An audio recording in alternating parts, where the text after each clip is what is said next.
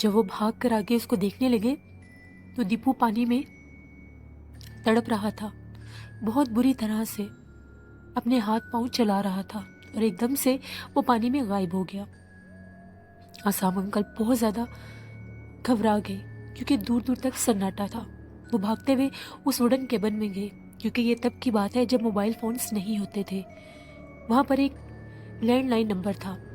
جو ہی وہ اس کے قریب گئے تو زمین کے اوپر انہوں نے ایک اور پولیس گارڈ کو بے ہوش دیکھا، اور یہ جو پولیس گارڈ تھا اس کو وہ جانتے تھے، وہ ان کا کولیگ ہی تھا، مگر وہ بے ہوش تھا۔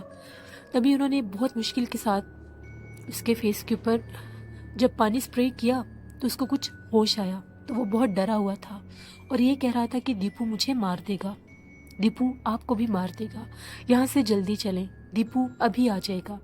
جس پر عصام انکل بہت زیادہ کنفیوز ہو گئے کیونکہ وہ تو آلریڈی دیپو سے مل چکے تھے۔ دیپو کون تھا؟ کیونکہ وہ نہیں جانتے تھے، ان کی وہاں پر نئی پوسٹنگ ہوئی تھی، ان کا انکاؤنٹر تو آج ہی ہوا تھا دیپو کے ساتھ۔ اس نے بتایا کہ دیپو ایک پولیس گارڈ تھا جس نے بہت عرصہ پہلے ہی سوسائڈ کر لی تھی، لیکن اس برج کے اوپر وہ آج بھی بھٹکتا ہے، کبھی کبھار وہ دوسرے گارڈز کو نظر آتا ہے۔ عصام انکل نے یہی سمجھا کہ یہ بھی شوق میں ہے، اس لیے ایسی باتیں کر رہا ہے۔ انہوں نے فوراً سے پہلے پولیس کو اپنی ہیلپ کے لیے بلایا، اور وہ پولیس اس لڑکے کو جو بے ہوش ہوا تھا اس پولیس گارڈ کو ساتھ لے گئی، اور وہاں پر ایک اور پولیس گارڈ کو چھوڑ گئے جس نے عصام انکل کے ساتھ صبح تک وہاں پر اپنی ڈیوٹی دی۔ عصام انکل بہت زیادہ پریشان تھے، اپنی آنکھوں سے انہوں نے ایک بہت بھیانک انسیڈنٹ دیکھا تھا۔ تبھی صبح وہاں کی لوکل جانکاری کے بعد انہیں یہ پتا چلا کہ جو وہ پولیس گارڈ باتیں کر رہا تھا وہ بات بالکل سچ تھی۔ دیپو ایک پولیس گارڈ ہوا کرتا تھا جس نے اسی برج کے اوپر سوسائڈ کیا تھا۔ اس کے بعد وہ بہت سے پولیس گارڈز کو کبھی کبھار اس برج کے اوپر دوبارہ پانی میں کودتا نظر آتا ہے۔ وہ بار بار وہاں پر اکثر پولیس گارڈز کو نظر آتا ہے سوسائڈ کرتے ہوئے، اور کبھی کبھار کچھ لوگوں کو آدھی رات کے ٹائم وہاں پر چلتے پھرتے بھی نظر آتا ہے۔ پھر وہ بہت زیادہ ڈر گئے تو انہوں نے کبھی بھی وہاں پر دوبارہ اکیلے ڈیوٹی نہیں کی۔ ہو نہ ہو ڈر تو انسان جاتا ہی ہے، پھر چاہے وہ پولیس ہی کیوں نہ ہو، ہوتے تو انسان ہی ہیں، غیر مرئی مخلوقات کا، اور ایسے انسیڈنٹ سے جن کو اپنی آنکھوں سے دیکھا ہو، اپنے کانوں سے سنا ہو، جس کی گواہی دینے والے بہت سے لوگ ہوں، پھر وہاں سے ڈرنا بنتا بھی ہے۔ یہ محمد خورشید نے اپنے دوست پنکج کے فادر کا ایک ہارر انسیڈنٹ ہمارے ساتھ شیئر کیا تھا، بہت شکریہ۔ اس طرح سے ایسے بہت سے روڈز ہوتے ہیں، برج ہوتے ہیں جو مشہور ہو جاتے ہیں کہ وہاں پر ایسے بھیانک انسیڈنٹ ہو چکے ہیں تاریخ میں، کیونکہ وہاں پر ایسا کچھ نہ کچھ ہوا ہوتا ہے۔ ویسے بھی برج جو ہوتے ہیں وہ اونچائی پر بنے ہوتے ہیں، اور اس لیول پر غیر مرئی مخلوقات اپنا اثر بہت زیادہ رکھتے ہیں، اسی لیے ہمیشہ اپنی حفاظت کے لیے باوضو رہا کریں اور آیت الکرسی پڑھ کے اپنے گھر سے نکلا کریں۔ میرے ماموں جب بالکل ینگ ہوا کرتے تھے تو وہ ایک روڈ سے گزرا کرتے تھے، انہوں نے اس روڈ کے بارے میں بہت سی باتیں سن رکھی تھی۔ کہا یہ جاتا تھا کہ اس روڈ کے اوپر رات کے ٹائم کوئی چڑیل پھرتی ہے اور صبح ہوتے ہی وہ ویرانوں میں غائب ہو جاتی ہے۔ ماموں بتاتے ہیں بہت سے لوگوں سے انہوں نے بہت سی باتیں سن رکھی تھی، مگر کبھی بھی ایک تو رات کے ٹائم ان کا وہاں سے گزرنا بہت کم ہوتا تھا، بھیرا والی سائڈ پر کوئی وہ روڈ تھا، کبھی کبھار اگر اس طرف وہ اپنے دوستوں سے ملنے جاتے تھے تو وہ ایسی کہانیاں سنتے تھے۔ ایک دفعہ وہ اپنے دوست کی طرف ہی تھے، وہاں سے واپسی پر ان کو بہت دیر ہو گئی، سردیاں تھیں، سردیوں میں ویسے بھی سناٹا جلدی ہو جاتا ہے، موسم بھی کچھ خاص ٹھیک نہیں تھا۔ ماموں وہاں سے نکل پڑے، جو ہی اس مخصوص روڈ پر انہوں نے اپنی گاڑی ٹرن کی، دونوں سائڈوں پر بڑے بڑے درخت تھے، ویرانہ تھا، کوئی خاص ٹریفک بھی نہیں تھی، ٹھنڈ بہت زیادہ تھی مگر دھند اتنی زیادہ نہیں تھی۔ وہ اپنی سپیڈ میں جا رہے تھے، ایک دم سے انہیں ایسا لگا کہ سڑک کے درمیان میں سفید لباس پہنے ہوئے کوئی لیٹا ہوا ہے۔ وہ ڈر گئے کہ اللہ نہ کرے کوئی ایکسیڈنٹ وغیرہ نہ ہوا ہو، مگر وہاں پر اور کوئی بھی نہیں تھا۔ جو ہی اپنی گاڑی انہوں نے اس کے قریب کرنی چاہی، ان کی آنکھوں کے سامنے وہ غائب ہو گئی۔ جب انہوں نے اپنی آنکھوں سے یہ سب دیکھا، انہوں نے اپنی گاڑی تیز کر لی۔ وہ جتنی بھی تیز گاڑی کرنے کی کوشش کر رہے تھے، ان کی گاڑی اتنی ہی سلو ہو رہی تھی۔ ان کی گاڑی میں ہمیشہ وہ آیت الکرسی لگایا کرتے تھے، رکھی بھی ہوئی تھی، اور جس طرح سے وہ لکھی ہوئی ہوتی ہے ایک پلاسٹک کے فریم کے اوپر، وہ بھی انہوں نے اپنی گاڑی میں لگائی ہوئی تھی۔ اس وجہ سے ان کو گاڑی چلانے میں بے حد دقت نہیں ہو رہی تھی، آہستہ ہی صحیح مگر وہ چلاتے جا رہے تھے۔ ایک دم سے وہ کیا دیکھتے ہیں، ان کی گاڑی کے آگے ایک بہت بھیانک سے حلیے کی کوئی چیز بھاگنا شروع ہو گئی ہے۔ کبھی وہ روپ بدل کر کوئی چیز بن رہی تھی، کبھی کوئی چیز بن رہی تھی، مگر ان کی گاڑی کے قریب نہیں آ رہی تھی۔ 1 سے 2 دفعہ اس نے پلٹ کر بھی دیکھا، لیکن انہوں نے اپنی گاڑی 1 سیکنڈ کے لیے بھی نہیں روکی۔ جب انہوں نے اپنی گاڑی تیز کی اور خود بھی آیت الکرسی پڑھتے ہوئے اس روڈ کو کراس کرنے لگے، تو ایک دم سے ان کو ایسا لگا کہ ان کی گاڑی کے نیچے وہ آ کر غائب ہو گئی، اور سراؤنڈنگ میں بہت زیادہ بھیانک چیخوں کی آوازیں بھی آ رہی تھیں۔ ماموں بتاتے ہیں کہ میں زندگی میں کبھی بھی وہ ہیپننگ نہیں بھول سکتا۔ یہ بات سچ تھی کہ اس دور میں جب انہوں نے وہ بات سنی ہوئی تھی، وہ سچ تھی کہ وہاں پر رات کے ٹائم اس روڈ کے اوپر کوئی چڑیل بھٹکتی تھی، جو مختلف روپ لے کر لوگوں کو ڈراتی تھی، کبھی کسی کو نقصان تک بھی پہنچا دیتی تھی۔ جس طرح اللہ معاف کرے، آپ لوگوں نے سنا ہوگا کوئی روڈ اس حد تک فیمس ہو جاتے ہیں کہ وہاں پر بہت زیادہ ایکسیڈنٹ ہوتے ہیں، وہاں سے لوگ گزرتے ہیں تو وہاں پر ایکسیڈنٹ ہوتے ہیں۔ میں نے ایسا بہت سی نہروں کے بارے میں بھی سنا ہے۔ کچھ نہریں ایسی ہوتی ہیں، واٹر کینالز، کہ وہاں پر اکثر لوگ کہتے ہیں سالانہ اتنے لوگ ڈوب کر مر گئے۔ گرمیوں میں لوگ نہاتے ہیں، جو شوقین ہوتے ہیں نہروں میں نہانے کے، تو وہاں پر ایسی ہیپننگ ہو جاتی ہے۔ سم ٹائم مخصوص دریا کے کچھ ایسے علاقے ہوتے ہیں جہاں پر لوگ ڈوب جاتے ہیں، تو وہ کوئی مخصوص حصے ہی ہوتے ہیں، کیونکہ وہاں پر غیر مرئی مخلوقات کا بسیرا ہوتا ہے۔ وہ انسان کے دماغ پر جب حاوی ہوتے ہیں تو ان کو پانی میں ہی ختم کر دیتے ہیں، نیچے کھینچ لیتے ہیں، دھکیل دیتے ہیں ان کو زمین میں۔ تو اس طرح سے وہ لوگ، وہ انسان ڈوب جاتے ہیں۔ ہمیشہ کوشش کیا کریں کہ یہ دوستوں کے ساتھ اکثر لڑکے نہانے چلے جاتے ہیں نہر پہ، دریا پر، جن کے علاقوں شہروں میں نزدیک قریب ترین ایسی جگہ ہوتی ہیں، وہاں پر مت جایا کریں۔ ویسے بھی پانی والی جگہ پر غیر مرئی مخلوقات کا بسیرا بہت زیادہ ہوتا ہے، کیونکہ وہاں پر ایک تو ویرانہ اکثر رہتا ہے، اس طرح سے لوگوں کی آمد و رفت نہیں ہوتی جیسے دوسری جگہوں پر ہوتی ہے۔ پھر وہاں پر جب لڑکے اپنی لمٹس کو بھی کراس کر کے بہت اوور ہو جاتے ہیں، نہاتے ہیں، تو اکثر نقصان اٹھاتے ہیں۔ اپنی زندگی کو خود محفوظ کریں۔ بڑھتے ہیں ایک اور خوفناک کہانی کی طرف۔ یہ خوفناک کہانی میرے ساتھ شیئر کر رہے ہیں عمران کہتے ہیں، میں سیال کوٹ سے آگے ایک گاؤں میں رہتا ہوں، اور میں آپ کے ساتھ ہم لوگوں کی زندگی میں پیش آنے والی ایک کہانی شیئر کرنا چاہتا ہوں۔ وہ بتاتے ہیں ہم لوگوں کے گاؤں میں ایک گورنمنٹ سکول تھا۔ بہت عرصے بعد ہم لوگوں کے گاؤں میں وہ سکول بنا۔ 10th تک وہاں پر کلاسز تھی۔